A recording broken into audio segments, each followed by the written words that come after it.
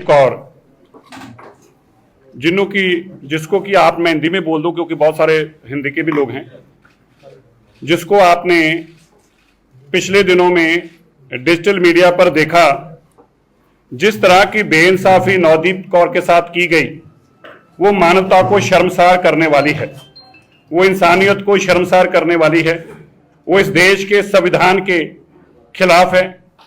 बाबा साहब अंबेडकर ने जो हमें संविधान दिया था, उस संविधान को हर देशवासी अपने जीवन में धर्म की तरह पूजता है, उसकी बहुत बड़ी अहमियत है। लेकिन आज जिस तरह से नवदीप कौर के साथ हरियाणा की पुलिस ने, सरकार ने जाति की, उसने उस संविधान की मर्यादाओं को भी तार तार किया है। एक बेटी के साथ नाजायज मुकदमे दर्ज करने, 307 जैसी धाराएं लगानी, डकैती, एक्सटॉर्शन, और फिर जब इसको यह कहा गया कि ये सारे डॉक्यूमेंट पे तुम साइन करो, ब्लैंक कागजों पे, जब करने से मना किया तो पीटा गया। 3 पुलिस वाले पैर रखकर खड़े होते हो एक बेटी के ऊपर, उसका सांस आना भी बंद हो जाए। ऐसे शर्मसार करने वाली घटनाएं हमारे सबके सिर झुकने को मजबूर हैं। हम शर्मसार हुए हैं कि ऐसे लोग आज भी इस देश में, इस धरती पर हैं, जिनके अंदर इंसानियत भी मर चुकी है और जो हैवानियत की तरह इन बच्चियों को ट्रीट कर रहे हैं। आज दिल्ली सिख गुरुद्वारा मैनेजमेंट कमेटी अपनी बहन, अपनी बेटी के साथ खड़ी है।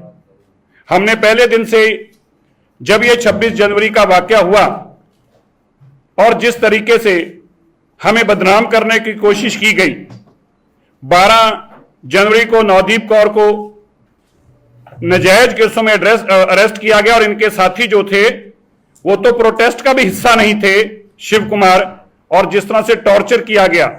दिल्ली सिख गुरुद्वारा मैनेजमेंट कमेटी ने अपने सभी लोगों को यह विश्वास दिलाया, हम इस लड़ाई को लड़ेंगे, और लड़ाई लड़ेंगे नहीं, लड़ाई जीतने के लिए लड़ेंगे।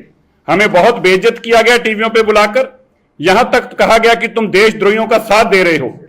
हमने बड़े फक्र से कहा, हमारे परिवार देशद्रोही नहीं है। हमें बदनाम करने की जो कोशिश कर रहे हैं, उनका मकसद हमारे आंदोलन को कमजोर करना और हमें बदनाम करना है। हम अपने परिवारों के साथ खड़े हैं। नवदीप कौर के लिए भी बहुत कुछ बोला गया, किसी ने नक्सलाइट कहा, किसी ने अल्ट्रा नक्सलाइट कहा, गांव से भी किसी तरीके के बयानबाजियां दिलवाई गई, पुलिस द्वारा ऐसे ऐसे डॉक्यूमेंट कोर्ट में पेश किए गए जिनका कोई तथ्य ही नहीं था, औचित्य ही नहीं था इस केस के साथ, और कोशिश की गई हम हर तरह बदनाम करें। जब हमारे वकील सरदार हरिंदर सिंह जी बैन साहब दिल्ली सिख गुरुद्वारा मैनेजमेंट कमेटी की तरफ से जाके हमारी बहन से मिले और उन्होंने मुझे सारे वाकया में बताया, हमने उसी दिन ये तय किया, हम इस लड़ाई को लड़ेंगे और जीतने के लिए लड़ेंगे। मैंने इनकी बहन, हमारी बेटी राजवीर से बात की कि बेटा हम इस लड़ाई को लड़ना चाहते हैं, आप हमारा बिल्कुल, उन्होंने कहा अंकल आप लड़ो, हम साथ हैं। हमें इस बात की खुशी है कि ऐसे ऐसे लोग जो देश की प्रसिद्ध हस्तियां हैं, आर एस चीमा जैसे लोग, उन लोगों ने प्रो बोनो, बिना किसी फीस लिए इस लड़ाई को लड़ा। और खाली नवदीप की नहीं, मैं चीमा साहब को जहां बधाई देता हूं, धन्यवाद करता हूं, दिल्ली में भी जितनी हम बेल करा रहे हैं, जो भी एप्लीकेशन हम उनसे वेटिंग के लिए भेजी, राय लेने के लिए भेजी, हमारे वकील वहां गए, उन्होंने कहा मुझे दिल्ली भी आना पड़ेगा तो मैं दिल्ली भी आके आपकी लड़ाई लड़ूंगा। ये देश की लड़ाई है, ये देश को दबे और कुचले लोगों को जो दबाने और कुचलने के लिए लड़ रहे हैं, ये उन लोगों की लड़ाई है। ये किसान मजदूर की लड़ाई है, ये उन बेटियों की लड़ाई है जिनको आज भी कमजोर समझा जाता है और जाति सूचक शब्दों का इस्तेमाल किया गया नवदीप कौर के लिए, क्योंकि हम गुरु के सिख हैं। सो क्यों मंदा आखिए जित जम्मे राजान, राजों की जननी, उसको बुरा भला कहा गया। और हमें इस बात की शर्म है, हमें इस बात का गुस्सा भी है, अफसोस भी है और दुख भी है कि किसी और में नहीं, बल्कि वर्दी के अंदर जो पुलिस थी उसने सब कुछ किया। हम इस केस को, मैं उन पुलिस वालों को आज ये बात कहना चाहता हूं, तुम अपने दिन गिनने शुरू करो। कल परसों नवदीप कौर की जमानत हुई, तुम अपने दिन ऐसे गिनने शुरू करो, 1 दिन निकल गया, 2 निकल गए, 3 निकल गए, ऐसे गिनने शुरू करो। और जब ये दिन गिनो तो सज्जन कुमार, जगदीश टाइटलर, कमलनाथ और ये लोगों का दिमाग में नाम याद रखना। 35-35 साल बाद हम जेल में छोड़ के आए हैं। जब तुम ये दिन गिनने शुरू करो तो मुखर्जी नगर वाले उन पुलिस वालों का भी नाम और पता और मिलकर आ जाना, ताकि तुम्हें यह पता हो कि जो तुमने हमारी बेटी बहन के साथ किया है, अब तुम्हारे साथ आगे क्या होने वाला है, तुम्हें इस बात का एहसास हो। तुम सुन रहे हो, जितना भी तुम जोर लगा सको लगाना। तुम्हें ढूंढेंगे, तुम्हारे ऊपर मुकदमे दर्ज कराएंगे, तुम्हें नौकरी से बर्खास्त कराएंगे। अगर किसी ने ऐसी जुर्त की हमारी बेटी के ऊपर हाथ उठाने की, हम चुप नहीं रहने वाले। हम अपनी बेटी को इंसाफ दिलाएंगे। और नवदीप कौर को मैं एक बात जरूर कहना चाहता हूं, बेटा, ये गुरु नानक देव पातशाह जी के 9वें गुरु तेग बहादुर साहब जी का बहुत पवित्र चरणछोह स्थान है। इस स्थान से जब जब भी हमने अरदास करके को काम शुरू किया है, गुरु साहब ने हर सूरत में हमें उसमें जीत बख्शी है। और इस काम में भी गुरु तेग बहादुर साहब जी के कृपा के कारण ही दिल्ली सिख गुरुद्वारा मैनेजमेंट कमेटी को और हमारी बेटी नवदीप को इतनी बड़ी जीत प्राप्त हुई है। गुरु साहब हमेशा तुम्हारे सहाय हैं। और मैं आज इस बात को कहते हुए भी कोई अतिशोक्ति नहीं होगी कि आने वाले दिनों में, मैंने करनाल जेल के बाहर भी ये बात कही थी, आज फिर से दोहराता हूं, आने वाले दिनों में हमारी बेटी नवदीप हमारे स्टेट की पंचायत और इस देश की पंचायत जहां पे आज बैठी है, इसके सामने जो पार्लियामेंट है, आने वाले दिनों में वहां खड़े होकर अपनी आवाज को बुलंद करेगी। वो दिन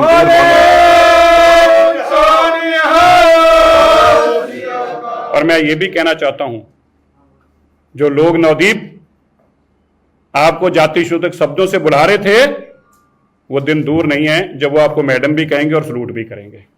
वो दिन दूर नहीं है, क्योंकि परमात्मा है, उसकी ताकत है, उसकी लाठी लगती है तब आवाज नहीं आती। वो दिन दूर नहीं है। किसानों की लड़ाई हम लड़ रहे हैं, लड़ते रहेंगे। इसके बाद नवदीप कौर गुरु तेग बहादुर साहब जी के इस पवित्र स्थान पे गुरुद्वारा साहब नतमस्तक होने जाएंगी, वहां भी इनको सम्मानित किया जाएगा। और मैं चाहूंगा आप जरूर कि नवदीप जी भी आपसे दो बातें रूबरू करें। बहुत बहुत धन्यवाद। सबसे पहले तो मैं सबका धन्यवाद करना चाहती हूँ, जो दिल्ली सिख गुरुद्वारा प्रबंधक कमेटी है। कोई आवाज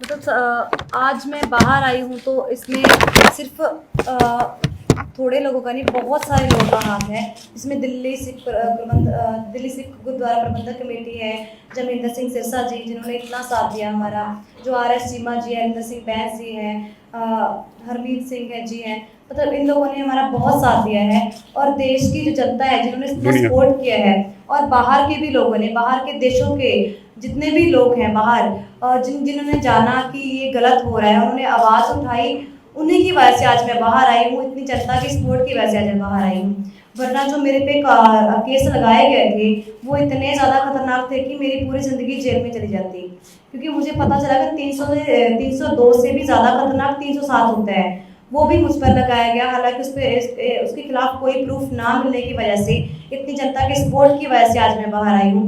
तो ऐसा नहीं है कि हम लोग आज डर के घर पे बैठ जाएंगे, क्योंकि जिन लोगों ने आज मुझे बाहर निकलवाया है, तो आगे भी मैं पूरी ज़िंदगी उन्हीं लोगों के लिए हमेशा लड़ती रहूँगी, चाहे वो किसान हो, चाहे वो मजदूर हो, चाहे वो महिलाएं हो, चाहे वो कोई भी मेहनत कश तबका हो। जिनके साथ ज्यादती होती है उनके साथ हम लोग हमेशा खड़े रहेंगे, क्योंकि बचपन से लेकर अभी तक मैंने यही देखा है कि दलित लोगों के साथ क्या होता है, किसानों के साथ क्या होता है, महिलाओं के साथ क्या होता है, जो मैंने खुद भी अपने ऊपर सहा है, या मैंने अपने घर वालों के ऊपर, या मैंने आस पास देखा है। तो ये आज का जो सिस्टम है वो इतना ज़्यादा खराब है कि महिलाओं को एक वस्तु समझा जाता है। जो दलित समाज के लोग हैं उनको ये समझा जाता है कि ये सिर्फ काम करने के लिए बनाए गए हैं। जब काम करना होता है, जब गटर साफ करने होते हैं, जब कोई ऐसे काम करने होते हैं जो कोई नहीं कर सकता, तो दलित समाज के लोग सबसे पहले होते हैं, सबसे पहली लाइन में उनका नाम होता है। लेकिन जब उनको सहूलत देने की बारी आती है, जब कोई ऐसी बारी आती है कि भाई समाज का सुधार हो, तो सबसे पीछे दलित समाज खड़ा होता है, ये सबसे पीछे किसान खड़े होते हैं। जब मेहनत का तबका खड़ा होता है, जो मेहनत करता है, आज भी हमारे समाज में जो मेहनत करने वाले लोग हैं उनके लिए कोई भी न्याय नहीं है। हमारी पुलिस प्रशासन इतना खराब है कि हम लोग जाते हैं न्याय की गुहार लगाने के लिए, लेकिन उल्टा उन्हीं लोगों पर FIR दर्ज होती है जो जनता की आवाज़ बनता है। लेकिन आज हम लोग ये देख पाए हैं कि सच्चाई की चीज़ ज़रूर होती है। जनता के सामने कोई भी बड़ी चीज नहीं है, चाहे वो पैसा हो, चाहे वो बड़े बड़े मंत्री क्यों ना हो, चाहे कोई भी इंसान हो, वो जनता के सामने कुछ भी नहीं है। जनता की ताकत सबसे बड़ी ताकत होती है, जो आज सबके सामने आई है। आज जनता की वजह से आज मैं बाहर आई हूँ, और मैं ये लास्ट तक मैं यही बोलती रहूँगी कि जनता की वजह से मैं बाहर आई हूँ, तो जनता के लिए मैं अपने आखिरी दम तक लड़ती रहूँगी। क्योंकि पहले जब मेरी पढ़ाई छूटी थी तो काफ़ी लोगों ने ये सवाल किया कि आप कितना पढ़े लिखे हो और ये पता नहीं चल पा रहा कि आप क्या कर रहे हो और आप कौन हो। तो मैं बचपन से लेकर अभी तक मैंने मुश्किल से 12 क्लास की, फिर मतलब घरेलू जो मेरा था, आर्थिक मंदी इतनी थी कि मैं नहीं पढ़ाई कर पाई आगे। लॉकडाउन की वजह से भी मेरे पापा का जो काम छूट गया था, तो फिर मैंने यहाँ पे कंपनी में, कुंडली इंडस्ट्रियल एरिया में कंपनियों में आके काम करना शुरू किया। पहले मैंने एडिसन कंपनी में काम करना शुरू किया, फिर मैंने फेम कंपनी में भी काम किया। तो यहाँ पर मैंने देखा कि शोषण बहुत ज़्यादा तेज हो गया था। तो मेरी पढ़ाई के लिए मेरे पास फीस के लिए पैसे नहीं थे, इसीलिए मुझे यहाँ काम करना पड़ा। जो बहुत लोग ये बोल रहे हैं कि जो ये संगठन बना है ये किसान आंदोलन में बनाया गया, तो उन्हीं के लिए मैं बताना चाहती हूँ कि ये संगठन 3 साल पहले यहाँ पे काम कर रहा था। जब मैं यहाँ पे किसान आंदोलन से 2-3 महीने पहले काम करने आई, तब मैंने उसको ज्वाइन किया था, और हम लोग मजदूरों की लड़ाई लड़ने लगे। और मैं भी लगातार से मैं ये देख रही थी कि मजदूरों के साथ ज्यादती होती है, किसानों के साथ ज्यादती होती है, महिलाओं के साथ ज्यादती होती है। तो मैंने अपनी मम्मी से सीखा, या मैंने और भी बहुत से लोगों से सीखा। तो बचपन से ही जैसे मम्मी जाते थे धरना प्रदर्शनों पे या कहीं पे भी, तो हम लोग उनके साथ जाना, धरने पे जाके गीत गाना या नारे वारे लगाना, तब मैं बात बहुत कम करती थी क्योंकि मुझे इतनी समझ नहीं थी। तो फिर हमारे गंदड़ में भी एक कांड हुआ था, रेप केस हुआ था, जिसके खिलाफ हम लोग बहुत लड़ाई लड़े थे। मेरी मम्मी ने बहुत लड़ाई लड़ी थी। तो उनको देखते हुए हम लोग सीखे कि कहीं पे भी जाओ, आपको कुछ भी करना पड़े, बिना लड़े में कुछ भी नहीं मिलता है। आप देखो एक बच्चा भी जब रोता है तभी उसकी माँ उसको दूध पिलाती है, लेकिन जो आज का समाज है, आज का टाइम है, उसमें अगर आप चुप रहते हो तो आपको दबा दिया जाता है। लेकिन अगर हम बोलते हैं तो हमें कुछ मिलता है। लेकिन कई बार ऐसा होता है कि जो इंसान बोलता है उसको दबाने के लिए अलग अलग तरीके के FIR वगैरह दर्ज की जाती है। उनको आतंकवादी बोला जाता है, खालिस्तानी बोला जाता है, नक्सलवादी बोला जाता है, या अलग अलग तरीके देशद्रोही कह के उनको जेलों में डाला जाता है। तो अभी भी सिर्फ मैं नहीं, बहुत ही किसान, बहुत सारे मजदूर, बहुत सारे ऐसे पत्रकार हैं जो लोगों की आवाज़ बनते हैं, उनको भी उन्होंने जेलों में डाला। लेकिन हम लोग उनकी सबकी आवाज़ बनना चाहते हैं। शिव कुमार जैसे लोग हैं, उन सबकी आवाज़ बनना चाहते हैं कि उनको तुरंत रिहा किया जाए। तो आज देश की जो जनता है उन सबको ये सोचना चाहिए कि जो बहुत बड़ा सवाल हमारे सामने ये है कि आज महिलाओं की दुर्दशा इतनी गंदी हो गई है कि हम लोग अगर जाते हैं थाने में न्याय के लिए तो वहाँ पे महिलाओं के साथ रेप होता है।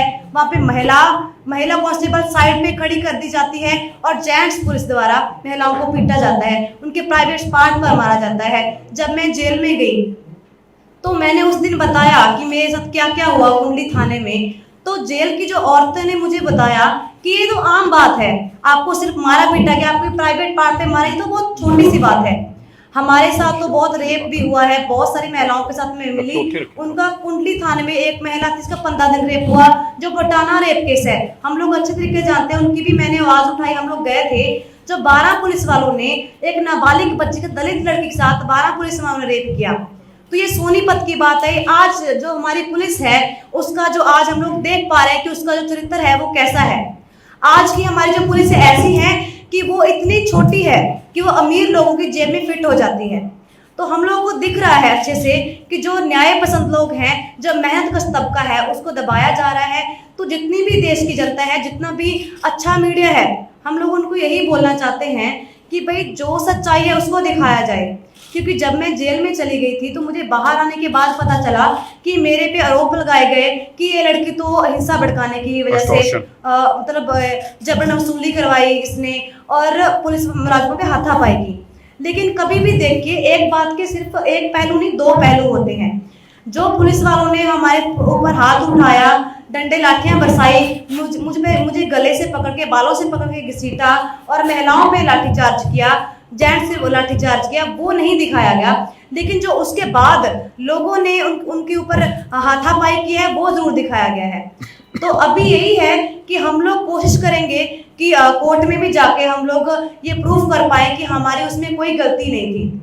जितने भी लोग थे वो अपने जो हक लेने गए थे, जो लॉकडाउन के रुके हुए पैसे वो लेने गए थे, ना कि वो जबरन वसूली थी। जबरन वसूली तब होती है जब कोई हथियारों के दम से जाके डरा धमका के पैसे लेता है। लेकिन अगर जबरन वसूली थी, जो हम लोग 300 लोगों को पैसा दिला चुके थे, तब किसी कंपनी मालिक ने क्यों नहीं बोला? क्योंकि कंपनी मालिक करोड़पति हैं। तो आप लोग देख सकते हैं कि ये तो जबरदस्ती थोपा जा रहा है कि ये जबरन वसूली थी या पुलिस वालों को मारने की कोशिश की गई। तो अगर जब तक टांके नहीं आए तो 307 भी कैसे बना? उनके पास कोई प्रूफ नहीं है, मेरे हाथ में कुछ भी नहीं था, या बहुत सारी लेडीज के ऊपर हाथ उठाया गया, उसके वीडियो कोई वायरल नहीं की गई। तो जिस दिन हम 12 तारीख को जब हम वहाँ पे गए थे, तो हम लोग पहले 2 कंपनियों में गए। उन्होंने बोला कि कोई बोला कि सुबह में हम लोग पैसे दे देंगे, तो बोला शाम में पैसे दे देंगे। तो जब तीसरी कंपनी में हम लोग जाते हैं तो आधे घंटे तक हम लोग कंपनी के बाहर खड़े रहते हैं, कंपनी का गेट बंद कर दिया जाता है। हम लोग लगातार वहाँ पे नारेबाजी करते हैं और अनाउंस करते हैं कि जो कंपनी का मालिक बाहर आए और जिन मजदूरों के पैसे रहते हैं लॉकडाउन के पहले से, उन मजदूरों के पैसे दे दिए जाएं। लेकिन आधा घंटा हम लोग वेट करते हैं, जो क्विक रिस्पांस टीम की जो गाड़ी आके खड़ी हो जाती है, जिन्होंने हम पर पहले भी हमला किया था, गोली भी चलाई थी, वो फिर दोबारा से आके खड़े हो गए, जिनसे हमारी पहले भी झड़प हो गई थी। और वो जो बार बार वीडियो वायरल हो रही है जिसमें मैं बोल रही थी कि पहले ही पीट पीट के भगाया था, अब भी पीट पीट के भगाएंगे, तो वो काट के बनाई गई है, क्योंकि पहले हम पर हमला किया गया था क्विक रिस्पांस टीम की तरफ से। तो अगर हम लोगों ने पुलिस वालों को पहले पीटा होता तो क्या आज मैं बच जाती? क्या हम लोगों को इतनी हिम्मत होगी कि पहले ही पुलिस वालों को पीट के भगा दिया और दोबारा पीटा? ये सरासर झूठ था। ये कि क्विक रिस्पांस टीम है जिनने हमला किया था, उन लोगों के खिलाफ बोला गया था। लेकिन उस दिन क्या हुआ, हम लोग 12 तारीख को जब लोग वहाँ पे धरना प्रदर्शन कर रहे थे, तब पुलिस आती है और पुलिस एकदम से आते ही जो लाठीचार्ज करना शुरू करती है, मेरे गले में हाथ डाल के और बालों से खींचना शुरू करती है, और जो माइक पकड़ के उसको फेंक दिया गया और लोगों पे लाठीचार्ज किया गया। बहुत सारे लोग ऐसे थे जिनकी मैंने हेल्प की थी, तो वो उन लोगों के लिए तो मैं इतना काम की थी, दिन रात मैंने काम किया था, अपनी पढ़ाई छोड़ी थी। तो उन लोगों को ऐसा लगा था कि ये दीदी हमारे लिए बहुत कुछ करती है। तो उन लोगों को ऐसा लगा कि अगर उनको कुछ कर रहे हैं तो उन लोगों ने भी आगे से हाथापाई की है। हम लोग ये मना ही नहीं कर रहे कि हाथापाई नहीं हुई है हाथापाई, लेकिन वो बाद में हुई है। लेकिन उसके बाद मुझे पकड़ लिया जाता है, कोई लेडीज पुलिस उनके साथ में नहीं थी, सिर्फ जेंट्स पुलिस उनके साथ में थी, और 4-5 पुलिस वाले मुझे खींच के लेके जाते हैं और गाड़ी से डालने के पहले मैंने हाथापाई करनी शुरू की कि मुझे छोड़ा जाए। लेकिन जब मैं नीचे गिर जाती हूँ, मुझे लातों से मारा जाता है, जितनी कोशिश की उन्होंने मारा। लेकिन दोबारा से फिर उसे गाड़ी में डाल के एक सुनसान एरिया में ले जाके खड़ा कर दी जाती है, गाड़ी कुंडली एरिया में। तो फिर वहां पे जाके खड़ी करके गाड़ी पूरी खोल दी गई, और जो भी मार सकता था उसने मारा। जैसे वर्दी किसी के पहनी थी, किसी के नहीं पहनी थी, और लेडीज पुलिस कोई भी नहीं थी। उन्होंने जिस तरीके से मारना, बहुत बुरे तरीके से मारा। एक ने मेरे बाल पकड़े, दूसरा मारना शुरू कर रहा था, तो बहुत बुरे तरीके से मारा। तो उनको ऐसा लगा कि यहाँ पे अगर मारेंगे तो बाहर न्यूज आएगी, पता चल जाएगा, तो हमारे ऊपर बात आएगी, तो फिर कुंडली थाने में ले जाया गया। तो वहां पर एक 10 नंबर कमरा था, वहां पे अंदर लेके जाके पुलिस वालों ने ये बोला कि इसको पानी पी पी के पीटना है।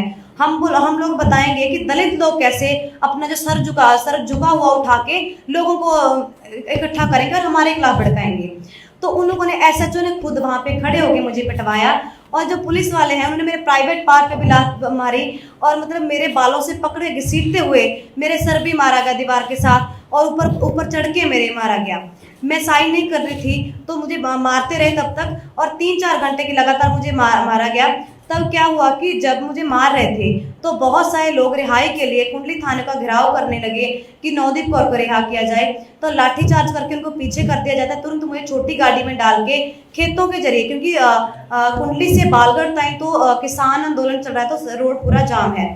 तो उन्होंने पीछे से ले जाके कुंडली एरिया में से गाड़ी निकाल के खेतों के जरिए मुझे सोनीपत थाने में लेके जाया गया, और वहाँ पे एक अंधेरे कमरे में मेरे ऊपर तीन पुलिस वाले बैठ जाते हैं, और मुझे जबरदस्ती बोला जाता है कि साइन करो। और मेरी बिल्कुल सांस भी आना बंद हो गया था, और मुझे ऐसा लगा था कि आज मैं मर जाऊंगी। मेरे पास कोई ऑप्शन नहीं था, और प्लेन कागज मेरे सामने रखे गए, और बहुत सारे कागज सामने रखे गए, मुझे साइन करवाए गए। साइन करवाने के बाद मेरी इतनी बुरी हालत थी कि मैं चल भी नहीं पा रही थी, इतना ज़्यादा मुझे मारा गया था। फिर मुझे इतना भी नहीं पता था कि कौन कोर्ट में, क्योंकि मैं पहले कभी जेल में नहीं गई, मुझे इस चीज़ का कुछ भी नहीं पता था। तो मुझे फिर रात के टाइम पे 9-10 बजे के करीब काफ़ी टाइम मुझे सड़क पे खड़ा कर दिया गया। फिर जज के सामने पेश किया गया। मुझे नहीं पता कि वो जज हैं। एक उनका घर था जो रात के टाइम में मुझे लेके गए। मुझे सिर्फ यही सवाल पूछा गया कि आपने गलत किया, आप बहुत गलत किए, आपने पुलिस मुलाजिम में हाथ उठाया। मैंने बोला भी ऐसा नहीं है। फिर मुझे वापस गाड़ी में डालकर मुझे करनाल जेल में 12 बजे छोड़ दिया गया। फिर जेल में भी मतलब मेरा मेडिकल कुछ भी नहीं हुआ है। पुलिस ने ये प्रूफ करने की कोशिश की है कि इसने खुद मना किया कि मेरा मेडिकल नहीं करवाना मुझे, हालांकि ऐसा कोई बात नहीं थी। मेरी इतनी बुरी हालत थी, मैं अच्छे से बोल भी नहीं पा रही थी। फिर मुझे जेल में डाल दिया गया, 14 दिन मुझे क्वारंटीन रखा गया। जब मैं अपने घर वालों से मिली तो मैंने उनको बताया कि मेरा मेडिकल नहीं हुआ है और मेरी बहुत सारी चोटें हैं मेरे शरीर पे और मुझे मेडिकल की ज़रूरत है, मुझे दवाई की ज़रूरत है।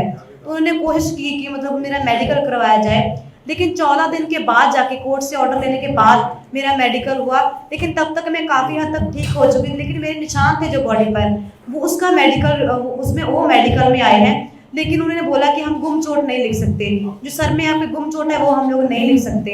तो जो शरीर पे निशान थे उसका जो मेडिकल हुआ है, उसके बाद मुझे जेल में मतलब बाहर की स्पोर्ट की वजह से जेल में थोड़ा बहुत ठीक रखा गया, क्योंकि डॉक्टर ने भी मतलब बोला कि काफ़ी स्पोर्ट थी और काफ़ी लोगों ने बोला कि बाहर से आपकी बहुत स्पोर्ट है, कि आपकी कोई गलती नहीं है। जेल प्रशासन ने मेरा अच्छा ध्यान तो रखा, लेकिन अगर मेरी बाहर से सपोर्ट नहीं होती तो जेल में भी मेरे साथ दुर्व्यवहार होता, क्योंकि जो लड़कियां वहाँ पे थी उन्होंने बताया कि उनके साथ जेल में क्या क्या होता है। तो इसीलिए बाहर के लोगों की सपोर्ट की वजह से थोड़ा बहुत मैं ठीक रह पाई। उसके बाद ये है कि मैं किसी से मिलना अलाउड नहीं था और सिर्फ मैं घर वालों को बहुत मुश्किल से मिल पाई। फिर उसके बाद मैं अपने वकील से मिल पाई और 45 दिन के बाद मैं जेल से रिहा हो पाई, वो भी आम जनता की वजह से और इन लोगों की वजह से जो हमारे मेरे साथ खड़े लोग हैं, जहांगीर सिंह बैस आरसिम्हा जी की वजह से, जहाँ महेंद्र सिंह सिरसा जी की वजह से आज हम लोग बाहर हैं, आम जनता की वजह से आज हम लोग बाहर हैं। जिन लोगों ने भी बाहर के देश में भी रहकर और दुनिया भर में से कहीं से भी आवाज़ उठाई है, मैं उनका धन्यवाद करना चाहती हूँ। और एक सवाल मैं ज़रूर करना चाहती हूँ कि आज हमारे सामने एक बहुत बड़ा सवाल ये है कि आज भी हम महिलाओं की दशा बहुत खराब है और इस सवाल को कौन सॉल्व करेगा। और सिर्फ एक महिला नहीं, इसमें अनेक महिला होनी चाहिए और हर वो इंसान होना चाहिए जो ये जानता है कि ये बहुत गलत हो रहा है, ये नाइंसाफ़ी है। हर उस इंसान को, हर उस महिला को आगे आना चाहिए ताकि हमारी जो महिलाओं की दुर्दशा ना हो, दलितों की दुर्दशा ना हो और किसानों की दुर्दशा ना हो। और मैं ये भी बोलना चाहती हूँ, जो किसानों के खिलाफ काले कानून आए हैं, जो लेबर कोड लाए गए हैं, जो मजदूरों के खिलाफ काले कानून आए हैं, उनको रद्द किया जाए। जब तक ये कानून रद्द नहीं होते तब तक हम लोग सिंधु बॉर्डर पे या टिकरी बॉर्डर पे हम लोग बार बार जाते रहेंगे और मैं वहीं पे रहूँगी। और मैंने यही आगे फ्यूचर में भी यही सोचा है कि जो मेरी ज़िंदगी है वैसे मेरी संघर्षशील ज़िंदगी रहे, चाहे कैसी भी ज़िंदगी रहे, मैं लोगों के लिए लड़ूंगी। क्योंकि डिग्री प्राप्त करने से मुझे जॉब नहीं मिलेगी, क्योंकि आज के नौजवानों की जो स्थिति है वो डिग्री लेके घूमते लेकिन उनको जॉब नहीं मिलती है। तो जो मेरा आज मुझे काम सौंपा गया है, जो आज मुझे लग रहा है कि जो काम करना चाहिए, वो हमेशा करती रहूँगी। भगत सिंह ने भी ये काम किया था और भगत सिंह के टाइम उनको आतंकवादी बोला गया था। आज चाहे कोई भी मुझे गलत बोले या कुछ भी बोले, लेकिन हम लोग आम जनता की आवाज़ जरूर बनते रहेंगे।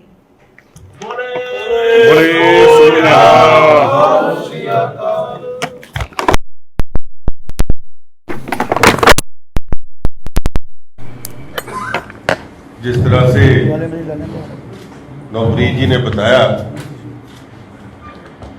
नवदीप जी ने बताया कि 45 दिन पुलिस ने किस तरीके से तशद्दुद की, किस तरीके से जुल्म किया जा रहा है, अत्याचार किया जा रहा है जो आवाज़ उठाने वाले मजदूरों के हक में, किसानों के हक में, और कोई भी कसूर ना